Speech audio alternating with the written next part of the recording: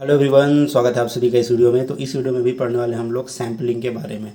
ठीक है, मतलब जब हम केमिकल एनालिसिस करते हैं ओर का या मेटल का या कोई भी रॉ मटेरियल जो है स्टील प्लांट में जो यूज़ होता है, चाहे कोल हो, कोक हो, है ना, फेरल है, जो भी है, सबका केमिकल एनालिसिस हमको करना होता है। तो उसके लिए हम सैम्पलिंग कैसे करते हैं या सैम्पल प्रिपरेशन कैसे करते हैं, ये सब चीज़ें मैं आपको बताऊँगा। ठीक है, तो ये वीडियो जो है वो मेटलर्जिकल एनालिसिस के अंडर में बना रहा हूँ। तो मैंने और भी काफ़ी सारी वीडियोस बना रखी हैं मेटलर्जिकल एनालिसिस का, और आगे भी बनाते रहूँगा। तो उसके प्लेलिस्ट का लिंक मैं आपको डिस्क्रिप्शन में दे दूँगा, वहाँ से आप बाकी वीडियोस देख सकते हो। और इस चैनल के प्लेलिस्ट में जाओगे तो आपको और भी बहुत सारे सब्जेक्ट के वीडियो मिलेंगे। ठीक है, वहाँ से आप जो भी आप सब्जेक्ट पढ़ना है आप पढ़ सकते हो। तो चलिए अब हम सैम्पलिंग के बारे में पढ़ते हैं। तो सबसे पहले जानते हैं कि पर्पस ऑफ सैम्पलिंग क्या है। ठीक है, या सैम्पल क्या होता है। तो सैम्पलिंग क्या होता है? The basic purpose of sampling is to obtain a small fraction of large quantity of material for laboratory analysis. मतलब जो लार्ज क्वांटिटी मटेरियल होता है उसका स्मॉल फ्रैक्शन को हम क्या बोलते हैं? सैम्पल बोलते हैं। ठीक है, स्मॉल बहुत लार्ज क्वांटिटी के मटेरियल का हम स्मॉल फ्रैक्शन निकालते हैं उस लेबोरेटरी एनालिसिस के लिए, तो उसको हम बोलते हैं सैंपल। ठीक है, आगे क्या बोल रहे हैं? This small fraction should represent the average composition of the bulk material from which it is taken. तो ये जो स्मॉल जो फ्रैक्शन लोग जिसको हम सैंपल बोल रहे हैं वो कैसा होना चाहिए? वो रिप्रेजेंट करना चाहिए average composition of the bulk material. ठीक है, जैसे फॉर एग्जांपल के लिए हमारे पास आयरन ओर है। मान लीजिए आयरन ओर जो है मतलब ट्रक में आता है या फिर बोगी में आता है। ठीक है, ट्रेन से आता है, तो काफ़ी बल्क में आता है मटेरियल। ठीक है, लेकिन हमारा सैंपल जो हम यूज़ करते हैं केमिकल एनालिसिस के लिए वो आधा ग्राम या 1 ग्राम होता है। तो सोचिए इतने मतलब 200 टन 300 टन सैंपल आपका मटेरियल आ रहा है, उसमें से हमको 1 ग्राम सैंपल निकालना है। ठीक है, तो वो जो 1 ग्राम सैंपल है वो जो जितने भी है 200-300 टन मटेरियल है उसके कॉम्पोजिशन को रिप्रेजेंट करना चाहिए, उसकी एवरेज कॉम्पोजिशन को। ठीक है, ये प्रॉपर्टी होनी चाहिए सैंपल की, इसलिए सैम्पलिंग क्या है, बहुत ज़रूरी है। और प्रॉपर सैम्पलिंग ज़रूरी है अगर आपको सही रिजल्ट चाहिए तो। ठीक है, पर्पस ऑफ सैम्पलिंग और क्या क्या है? For judging the acceptability of material. ठीक है, हम सैम्पलिंग करते हैं ताकि जो मटेरियल हमारे पास आ रहा है, ठीक है, वो अच्छी क्वालिटी का है कि नहीं है। ठीक है, जैसे जो भी जो बेच रहा है जो बोल के वो चीज़ इसमें है या नहीं है, एक्सेप्ट करना है कि नहीं, वो सब हम इसको जज करते हैं, एक्सेप्ट करना है कि नहीं मटेरियल। सेकेंड है कंटेमिनेशन डिटेक्ट करना। वो भी है मटेरियल है, रॉ मटेरियल या प्रोडक्ट भी बोल सकते हो, उसमें कंटेमिनेशन डिटेक्ट करना या अमाउंट ऑफ गैंग। जैसे आयरन ओर में हम कितना कितना उसमें गैंग है, कितना सिलिका है या कितना आयरन है, ये सब डिटरमाइन करना, ये सब होता है। ठीक है, और आइडेंटिफिकेशन ऑफ मटेरियल। तो ये सब पर्पस होता है सैम्पलिंग का। ठीक है, अब मेटलर्जिकल इंडस्ट्रीज़ में क्या प्रॉब्लम होती है कि यहाँ जितने भी रॉ मटेरियल्स आते हैं ना, यहाँ पे यहाँ पे क्या होता है कि जो जितने भी रॉ मटेरियल है उसका जो कॉन्स्टिट्यूएंट्स है वो बहुत वैरी करता है। ठीक है, जैसे आपका आयरन ओर ही आ गया, तो आयरन ओर में मतलब होमोजीनियस नहीं रहता है। कुछ पार्टिकल्स आयरन ओर के ऐसे रहते हैं जो आप जिसमें आपका आयरन कंटेंट ज़्यादा मिलेगा, कुछ पार्टिकल ऐसे भी मिलेगा जिसमें कम रहेगा। ठीक है, क्योंकि जैसे माइंस होता है ना, तो माइंस में भी हर जगह पे कंटेंट सेम नहीं रहता है। जैसे आयरन ओर का या जो भी मिनरल का या ओर का माइंस हो, हर जगह पे आपको सेम कॉम्पोजिशन नहीं मिलेगा ओर का। तो वो माइंस से आता है, अलग अलग माइंस में एक ही माइंस से अलग अलग एरिया से आता है, तो वहाँ पे वैरी करता है कॉम्पोजिशन। ठीक है, तो बहुत बड़ी दिक्कत होती है मेटलर्जी के रॉ मटेरियल में ये सब। तो प्रॉपर सैम्पलिंग हमको करना पड़ेगा। ठीक है, तो जैसे मैंने अभी बताया ना, वही यहाँ पे लिखा है कि आधा ग्राम या 1 ग्राम सैंपल हम लेते हैं मेटलर्जिकल एनालिसिस के लिए, है ना, या केमिकल एनालिसिस के लिए, और वो 50 से 250 टन मटेरियल को रिप्रेजेंट करता है। अब देखो सैंपल बनाने के लिए या सैम्पलिंग के लिए ना मेन आपका 3 स्टेज होता है या 3 ऑपरेशन होता है। पहला क्या है? साइज रिडक्शन, सेकेंड है मिक्सिंग, और थर्ड है कटिंग ए फ्रैक्शन। ठीक है, अच्छा, इससे पहले भी एक प्रोसेस होता है जिसको बोलते हैं शॉर्टिंग। पहले आपको शॉर्टिंग करना पड़ेगा, बल्क मटेरियल में से पहले शॉर्टिंग करना पड़ेगा कौन कौन सा पार्टिकल्स को लेना है आपको। फिर उसके बाद उसको क्रश करोगे, साइज़ रिड्यूस करोगे, फिर मिक्स करके फिर अलग अलग भाग में बांटोगे उसको। ठीक है, ये टोटल स्टेप होता है सैम्पलिंग का। ठीक है, तो अब हम लोग देखते हैं कि जो बल्क मटेरियल है वहाँ पे थे हम। अब हम देखते हैं selection of material from bulk of sampling. Bulk for sampling, जैसे फॉर एग्जांपल ये रॉ मटेरियल यार्ड है, जैसे स्टील प्लांट का रॉ मटेरियल यार्ड होता है, बहुत बड़ा सा होता है, खाली जगह होता है जहाँ पे मटेरियल ऐसे पड़े होते हैं। ठीक है, हीप के फॉर्म में। तो यहाँ से आपको मटेरियल को चुन के लाना है सैंपल के लिए। तो उसका भी एक प्रॉपर मेथड है कि आपको कैसे टाइप से सैंपल को वहाँ से चुनना है, पार्टिकल्स को उठाना है। तो इसमें हम यूज़ करते हैं इंक्रीमेंट मेथड। इंक्रीमेंट मेथड में होता क्या है ना, जैसे एक बड़ा सा हीप बना हुआ है, बड़ा सा रखा हुआ है आयरन का ओर, ठीक है। तो वहाँ पे हम कैसे हम वहाँ से अलग अलग पार्टिकल को चुनेंगे, तो सबसे छोटे साइज़ का सैंपल लेंगे, फिर उससे थोड़े बड़े साइज़ का वो लेंगे, पार्टिकल लेंगे, पार्टिकल मतलब और के पार्टिकल, फिर उसके थोड़े बड़े साइज़ का, फिर उससे बड़े साइज़ का, फिर उससे बड़े, तो ऐसे करके मतलब इंक्रीजिंग ऑर्डर में, इंक्रीमेंट ऑर्डर में, साइज़ इंक्रीमेंट ऑर्डर में आपको क्या कर रहा है, पार्टिकल्स को उठाने हैं, ठीक है। अब यहाँ पे एक चीज़ का ध्यान रखिए, जैसे हमको तो एनालिसिस के लिए केवल 1 ग्राम, आधा ग्राम सैंपल चाहिए, ठीक है, या फिर मान लीजिए 5 एनालिसिस भी करने तो आपको 5 से 10 ग्राम से ज़्यादा सैंपल चाहिए नहीं होता है टोटल, उसमें सब एनालिसिस हो जाता है। लेकिन उस 10 ग्राम सैंपल को बनाने के लिए आपको लगभग 20 से 30 केजी का और आपको लाना पड़ेगा, ठीक है। ऐसा नहीं है कि 10 ग्राम सैंपल है तो हम छोटा छोटा एक पत्थर उठा के ला लिए, फिर उसको क्रश करके हम 10 ग्राम का सैंपल उसमें से मिला लिए, ऐसा नहीं। 10 ग्राम सैंपल बनाने के लिए हो सकता है आपको 20 से 30 केजी का, है ना, 20 से 30 केजी क्वांटिटी में आपको क्या लाना पड़ जाए, और लाना पड़ जाए, फिर उसका आपको सैम्पलिंग करना पड़े, ऐसा होता है, ठीक है। तो आपको ऐसे करके बहुत सारा साइज़ का क्या ला लेना है, पार्टिकल्स ला लेना है, जिसका भी आपको सैम्पलिंग करना है, चाहे कोलो जिसका भी है, तो ऐसे करके अलग अलग साइज़ का आपको सैंपल लाना है, ठीक है। अब यहाँ पे एक सिंपल से फॉर्मूला दिया गया है, relation of maximum particle size to the amount of sample, मतलब कितने अमाउंट में आपको कितना केजी सैंपल लेना है, ठीक है, उसका और जो पार्टिकल साइज़ है, मैक्सिमम पार्टिकल साइज़, उसके बीच क्या रिलेशन देखो। तो इसका एक फॉर्मूला है, इसको रिचर्ड चेचेट ने दिया था ये फॉर्मूला। इस फॉर्मूले का देखो, ये क्या बोल रहा है, Q इज़ इक्वल टू, यहाँ पे क्या बोल रहा है, Q is equal to K into D square. तो Q यहाँ पे क्या है, Q है आपका weight of sample in KG, मतलब कितना केजी आपको सैंपल उठाना है, वो है Q, है ना। वो क्या चीज़ पर डिपेंड कर रहा है, K और D पे। तो K क्या है यहाँ पे, K है आपका होमोजेनिटी ऑफ, K जो है एक्चुअली फैक्टर ऑफ होमोजेनिटी है, ठीक ना, ठीक है, फैक्टर ऑफ होमोजेनिटी। जैसे यहाँ देखो टेबल पे दिया गया है, यहाँ पे अगर आपका जो है मटेरियल जो है, रॉ मटेरियल जो अगर होमोजीनियस है, तो इसका फैक्टर ऑफ होमोजेनिटी कितना है, 0.05। अगर आप इसको 0.05 को इस फॉर्मूला डालोगे तो Q की वैल्यू बहुत कम आएगी। मतलब आपका होमोजीनियस है अगर मटेरियल, तो आपको कम क्वांटिटी में लेना है सैंपल, ठीक है, काफ़ी कम क्वांटिटी में लेना है। अगर आपका नॉन होमोजीनियस है तो थोड़ा सा बढ़ के देखो, 0.1 हो गया, और वेरी नॉन होमोजीनियस है तो ये और बढ़ गया, और एक्सट्रीमली नॉन होमोजीनियस है तो ये और बढ़ गया, 0.4 टू 0.5 चला गया। मतलब जितना नॉन होमोजीनियस होगा ना, मतलब उतना ज़्यादा क्वांटिटी में आपको सैंपल उठाना पड़ेगा, ठीक है।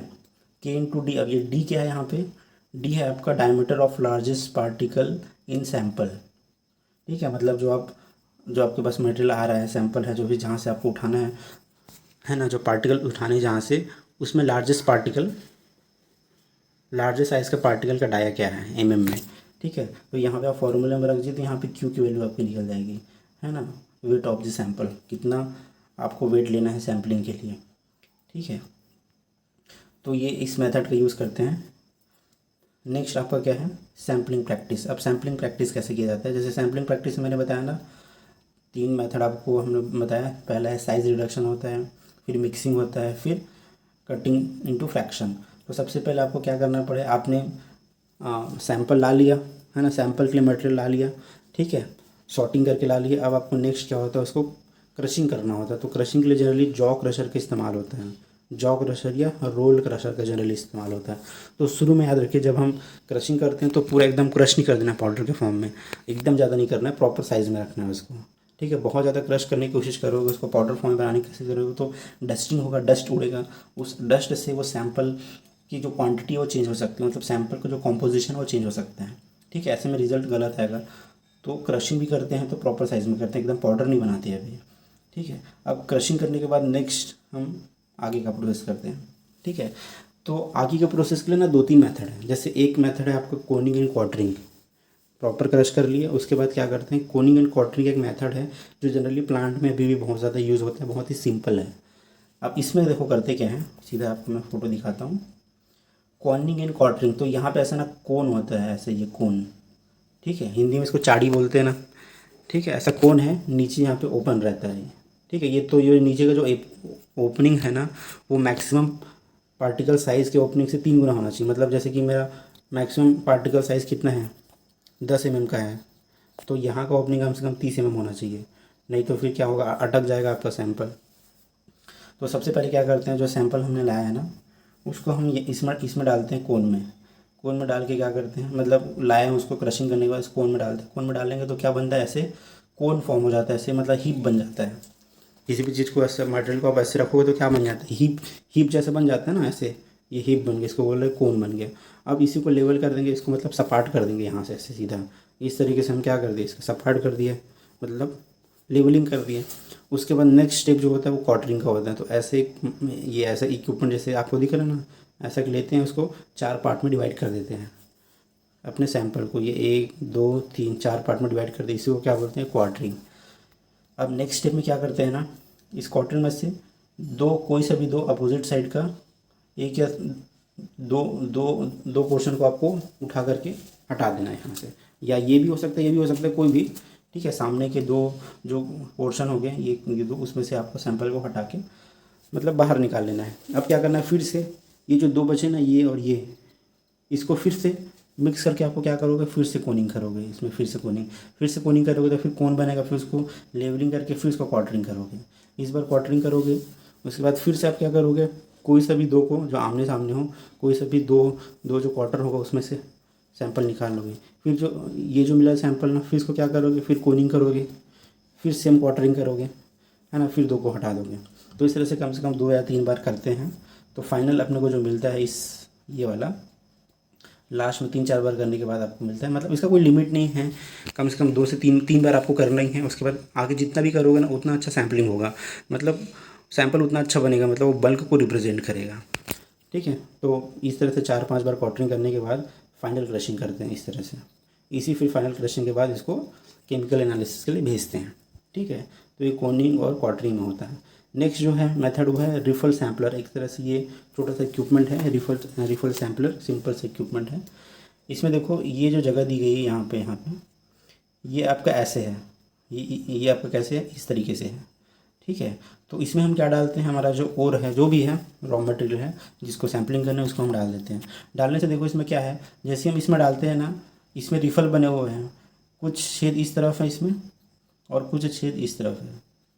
तो आप जब रॉ मटेरियल को ऊपर डालते हो ना, तो आधा मटेरियल इस तरफ गिरता है, इधर एक अलग से वो लगा देते हैं इसको कलेक्ट करने के लिए, और इधर अलग से कलेक्ट लगा देते हैं। तो आधा सैंपल इस तरफ गिरता है और आधा इस तरफ गिरता है, ठीक है। मतलब 2 पार्ट में डिवाइड हो जाता है इस तरह से। तो जैसे यहाँ पे देखो, ये हमने मटेरियल को डाला यहाँ पे, तो आधा सैंपल क्या है, इस तरफ की ओपनिंग से ये इधर पे गिरा, ठीक है। जैसे ये है ना, तो इस तरफ ओपनिंग इधर रहेगा, तो इस साइड गिरेगा, और इधर वाले ओपनिंग इस तरफ रहेगा, तो वो दूसरी तरफ गिरेगा। तो आधा पार्ट में डिवाइड हो जाता है, ठीक है। इसी को रिफल बोलते हैं। और इसकी जो ओपनिंग का साइज़ कम से कम 3 गुना होना चाहिए जो मैक्सिमम पार्टिकल साइज़ है उससे। जैसे इसमें मैक्सिमम पार्टिकल साइज़ मान लीजिए 10 mm है, तो ये जो ओपनिंग बना हुआ है ना, उसको भी कम से कम 30 mm को होना चाहिए। इस तरह से मतलब सैंपल 2 पार्ट में आपका डिवाइड हो जाता है। फिर से इसको मिक्स करके फिर से यही काम करते 3-4 बार आपको प्रोसेस करना है। ये जितना ज़्यादा आप रिपीट करोगे इस प्रोसेस को, उतना अच्छा मिक्सिंग होगा, ठीक है। फिर लास्ट में फाइनल क्रशिंग कर लेते हैं। नेक्स्ट जो होता है मेथड वो है एक टेबलिंग मेथड, ठीक है। टेबलिंग मेथड सिंपल सा है, पता नहीं उतना ज़्यादा यूज़ होता है कि नहीं होता है, बट है ये भी एक मेथड। इसमें क्या होता है, ये वाला नहीं है, इसको भी छोड़ो, है ना। इसमें क्या होता है, टेबलिंग मेथड में अपने पास एक क्लोथ होता है, ऐसा क्लोथ रखना है। क्लोथ रखने के बाद इसके बीच में आपको सैंपल को रख देना है ऐसे, ठीक है। सैंपल को अब क्या करेंगे, इसका एक कॉर्नर को लेंगे और उसको उठाएंगे ऊपर। तो ऊपर जब उठाएंगे तो क्या होगा, ये थोड़ा सा नीचे का पार्टिकल ऊपर चला जाएगा, ऊपर का नीचे आ जाएगा। एक को इधर उठा दिए, फिर रख दिए, फिर दूसरे कॉर्नर को उठाए इधर को, फिर उठाओगे तो फिर नीचे से ऊपर आ जाएगा, ऊपर का नीचे आ जाएगा, फिर इस तरफ को उठाओगे, फिर इस तरफ को उठाओगे, ऐसे मतलब चारों कॉर्नर को एक के बाद एक उठाना है। तो इससे मटेरियल प्रॉपर मिक्सिंग होगा, नीचे का ऊपर आएगा, ऊपर का नीचे, ठीक है। तो ये भी एक मेथड होता है टेबलिंग मेथड। नेक्स्ट एक मेथड है कंटिन्यूअस इंटरमिटेंट सैम्पलर। अब ये वाला फ़ोटो मुझे मिला नहीं एक्चुअली में कहीं पे भी। इसमें देखो होता क्या है, अगर आपका जो भी मटेरियल है वो कंटिन्यूअस जा रहा है, कंटिन्यूअस स्ट्रीम में है, जैसे फॉर एग्जांपल आपका ओर ऐसे जा रहा है, मान लो कन्वेयर बेल्ट से जा रहा है, या कोई और भी हो सकता है ऐसा कुछ जो ऐसे मूविंग स्ट्रीम में है, मतलब मूव कर रहा है, यहाँ से हमको सैंपल निकालना है। तो इसमें दो तरीका होता है, एक होता है कंटिन्यूस सैम्पलर। कंटिन्यूस सैम्पलर में ऐसा कुछ इक्विपमेंट होता है जो कंटिन्यू ये जो बेल्ट चल रहा है आगे की ओर जा रहा है, उसमें से क्या करता है, टाइम टाइम पे इसको निकालते रहता है सैंपल को। जैसे इसको निकाल के बाहर ले लिया या कुछ समय बाद इसको निकाल लिया, तो मतलब ये कंटिन्यूस मूव करते रहेगा, उसमें से बीच बीच में सैंपल निकालते रहेगा। ऐसा कुछ मशीन अरेंजमेंट रहता है, इसको कंटिन्यूस सैम्पलर बोलते हैं। कंटिन्यूसली मूविंग स्ट्रीम से कुछ कुछ बीच बीच में सैंपल निकालते रहेगा, ठीक है। अब इंटरमीडिएट सैंपलर कब बोलेंगे, जब बीच बीच में क्या करेगा, ये जो स्ट्रीम आगे की ओर जा रहा है उसको मोड़ करके किसी और तरफ ला लेते हैं इधर, है ना, यहाँ पे सैंपल कलेक्ट कर लेते हैं। जब सैंपल कलेक्ट हो गया जितना हमको चाहिए, उसके बाद फिर से इसी स्ट्रीम को मोड़ देते हैं आगे की ओर, फिर आगे आगे चला जाता है। इसको इंटरमीडिएट बोलते हैं। मतलब बीच बीच में जो मूविंग स्ट्रीम है उसको रोक करके सैंपल कलेक्ट कर लिए, रोक के मतलब मोड़ के जितने सैंपल चाहिए कलेक्ट हो गए, उसके बाद फिर से उसको आगे भेज दिए, तो ये इंटरमीडिएट सैंपलर होता है, ठीक है। दो टाइप का सैंपलर होता है, यहाँ से भी सैंपल कलेक्ट कर लेते हैं, ठीक है। तो ये सब जो अभी हमने पढ़ा वो ज़्यादातर जो रॉ मटेरियल जो होता है ना, शुरू का जो रॉ मटेरियल, आयरन ओर हो गया, कोल हो गया, कोक हो गया, फेरोलॉयज़ हो गया, ये सब चीज़ों के लिए अभी तक पढ़ा। अगर आपको अब सैम्पलिंग करना है मेटल और अलॉय का, मतलब प्रॉपर कास्ट, मतलब मेटल बन चुका है ना, प्रोसेस के बाद एक्सट्रैक्शन के बाद जो मेटल बन चुका है उसका हमको सैम्पलिंग कैसे करना है। तो मेटल और अलॉय का सैम्पलिंग दो टाइप का होता है, एक तो लिक्विड कंडीशन में होगा और एक जब वो पूरा सॉलिडिफाई हो चुका होगा तब, ठीक है। मतलब मोल्टन कंडीशन में और पूरा सॉलिड कंडीशन में। तो अगर आपका मेटल मोल्टन कंडीशन में, जैसे स्टील मेकिंग के टाइम पे जब हम उसको क्या कर रहे हैं, जब हम उसको टैपिंग कर रहे हैं उस समय हमको मान लीजिए सैंपल लेना है, ठीक है।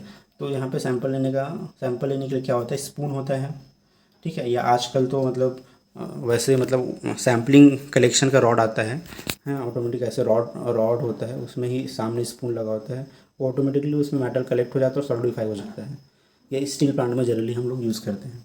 ऐसा सैम्पलर आता है जो एक बार यूज़ करने के बाद उसको वो ख़त्म हो जाता है, सैंपल रॉड बोलते हैं उसको, ठीक है। अगर वैसे सैंपल रॉड नहीं होता है ना, तो ऐसे स्पून होता है, चम्मच आता है बड़ा सा, ठीक है, उसमें हम कलेक्ट कर लेते हैं। तो ये जो मोल्टन सैंपल को कलेक्ट करने के लिए ना, ये चीज़ का ध्यान रखना पड़ता है कि आपको सैंपल 3 टाइम लेना है। एक तो बिगिनिंग ऑफ टाइपिंग में लेना है, जैसे टाइपिंग चालू हो रहा है तब लेना है, उसके बाद मिडिल ऑफ टाइपिंग में लेना है, और फिर लास्ट में जब टाइपिंग ख़त्म हो रहा है तब लेना है।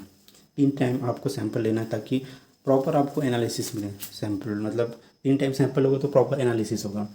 और सैंपल लेते टाइम ध्यान रखना है कि स्लैग वगैरह ना आए, स्लैग है इंक्लूजन या डस्ट वगैरह मेटल के साथ ना आए, ठीक है। इस तरह से हम मोल्टन मेटल की सैम्पलिंग करते हैं, फिर बाद में उसको जाके सॉलिडिफाई कर लेते हैं, फिर उसका केमिकल एनालिसिस करते हैं।